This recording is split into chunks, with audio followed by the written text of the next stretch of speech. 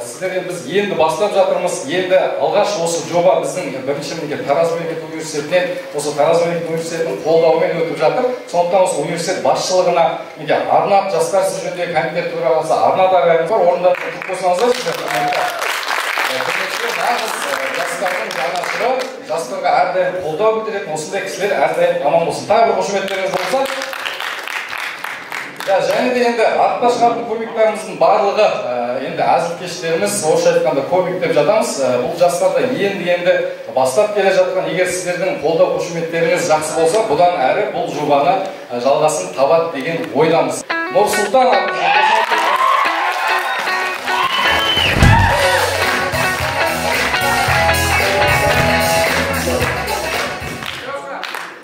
саламатсыздар ма? Есім Нұрсұлтан болады, танымайтындар болса. Қыздар дегеннен шығып, жақында класстастармен отырыста болдым. Ана шайқас отырыс болды енді. Дискотеканы айта алмаймын, от болды. Даже ана класста бір ана бар. Тормыз балалар болды ғой, же дискотека от болса, батарейкада жылын отырады же. Соларға дейін шай билеп отыр ғой. Таң қалдым кәдімгідей. И потом карантин білесіздер, бір жылдан көп уақыттай. Уж кәдімгі әлі болып жатыр. Қыздар көп болып билемегеніне, анау көп уақыт билемеген қыздар дискотекада биі. Кәдімгі искусство аналық ше.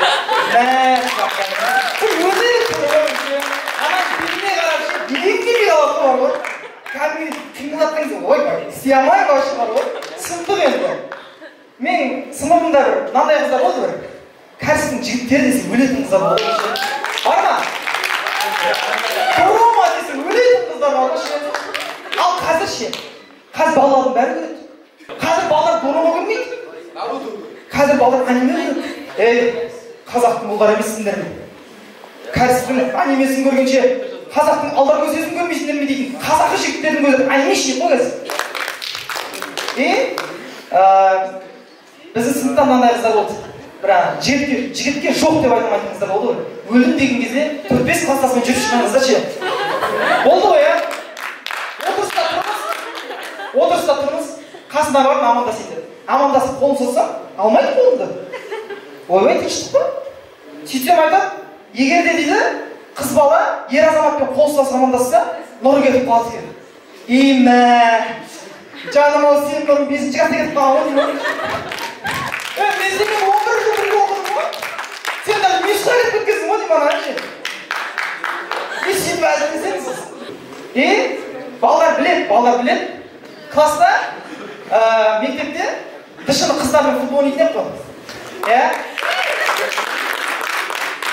Кайф қой,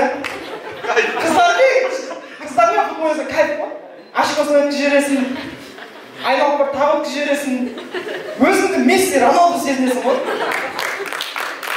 Мектептегі қыздармен футбол, ол дышы сабақ біткенше жалғаспайды ол. Никогда ондай болмайды ол. Ол бір ноқалай родной, бір қызы плотно теккен кезде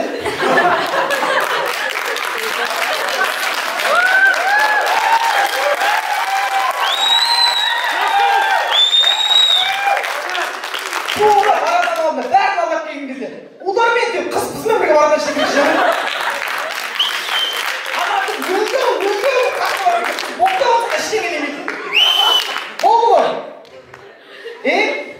Мынандай безбашенный равнолар болды ше.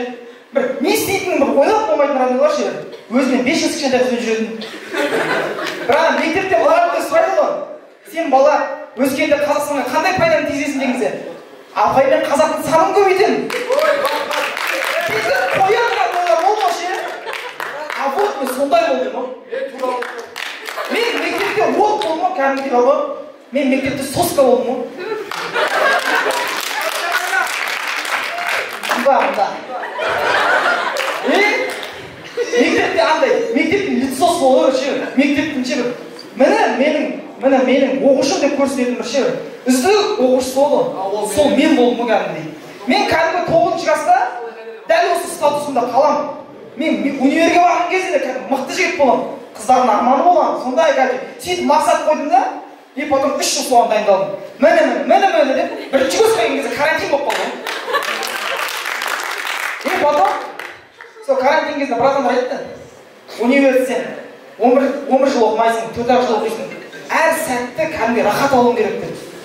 Так что, қыздар, сөйлесейік, араласайық, қосылайық, бір болайық. Может, естеріңде қалмайтын шығар, бірақ есте қаларлықтай күн сыйлайық.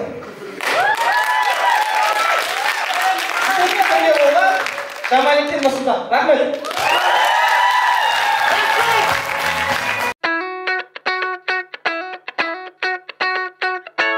Ерікбай Жамбыл.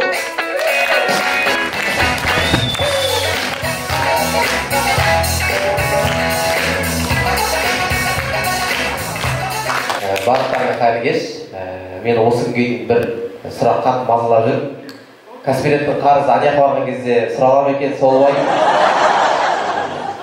Досбұлқа қарыз болса, Анияқа барған кезде сауаптарын блокқа тық тастай ма? Қатты уайымдап жүрген нәрселер өте көп. Бүгін мен өзім жайлы айтуға келдім. Жалпы өзімнің жасым ұлғайған немесе понятиям өскенін жұмыстағы әпкелермен черный газ ойнағаннан білдім.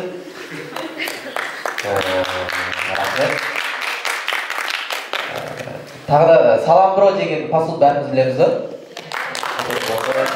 Мен сонда повар болып жұмыс жасаймын. Мен өте ақкөңіл жігітпін. Достарым келеді, Жамбыл бургер атсай, бір нәрсе. Оларға тегін істеп беремін, бірақ өзім сатып аламын. Қарыз ақша сұраса, өзімде болмаса да достарымнан сұрап беремін. Жамбыл Мерікке 2 аптаға командировкаға барасың деді. Сөйтсе братан деп кетіп қалған адаммын. Меркеде болып келгеніме 2 апта болды. Плейлистінде уже қара кесек тректері бар.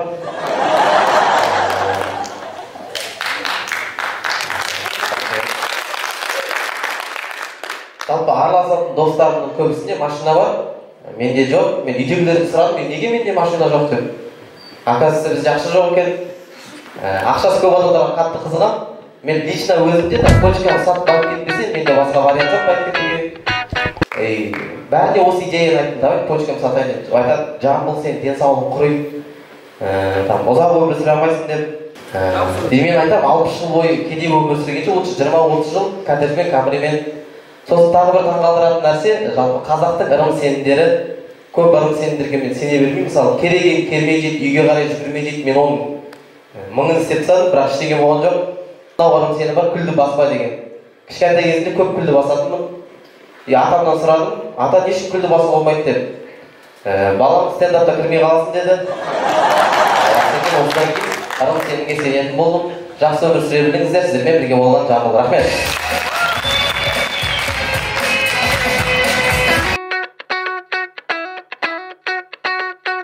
Парасат деген колледжден Азамат атты жігіт қарсы алыңыздар.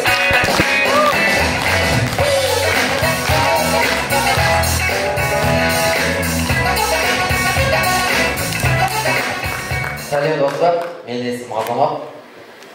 Қазір бүкіл адамның миында жүрген бір сұрақ бар, ол сау жол мен бақыт арасында не болып деген.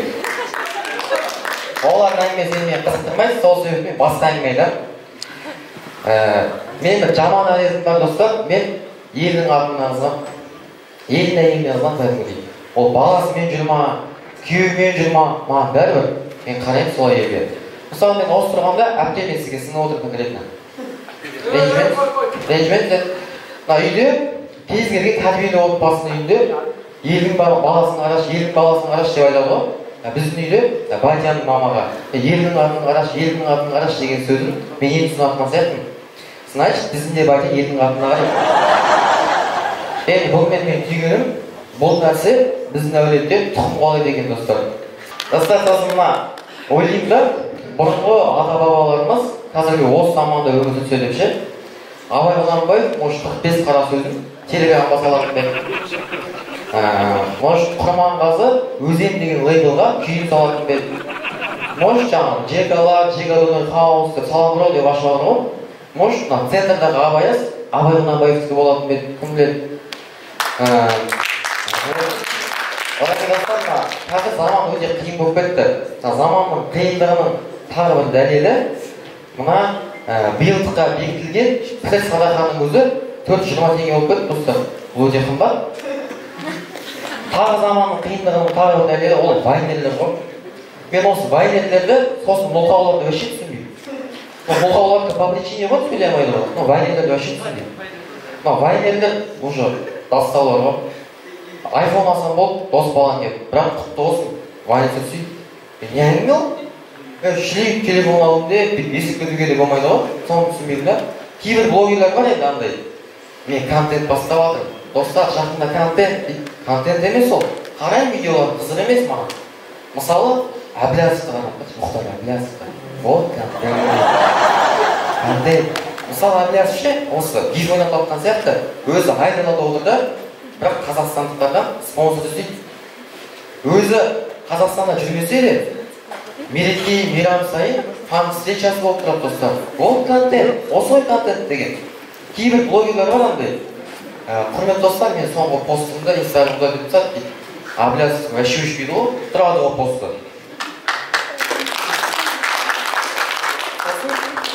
Әблязов ше, гиф ойнатқан кезде бүйтіп айтатын сияқты. Құрметті достар, менің ойыныма қатысып 15 күнге СИЗОға путевка ұтып алыңыздар десең. Бір түрмелейсіз бе? Рахмет, сіздермен бірге болған, стендапта бірінші орын алмаса да, СИЗОға путевка ұтып тұрған азамат. Рахмет.